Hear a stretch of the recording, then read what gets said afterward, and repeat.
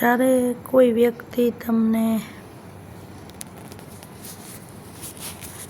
છોડીને જાય છે ને, એ પહેલાં મનથી છોડી ચૂક્યો હોય છે તમને વ્યક્તિ.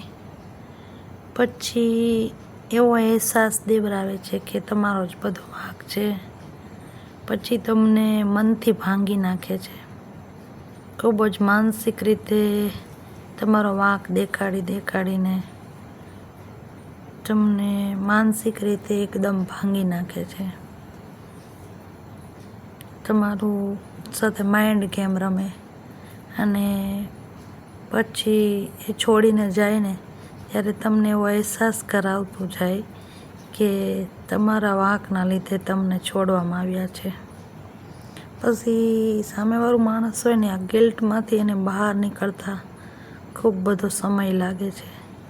એને એમ થાય કે મારા લીધે, મારી ભૂલના લીધે મારી કઈ એવી ભૂલ થઈ કે આ સંબંધ તૂટી ગયો. એ અહેસાસમાંથી, એ વિચારોમાંથી, એ માનસિક ભ્રમણામાંથી નીકળતા એને ખૂબ બધો સમય લાગે છે.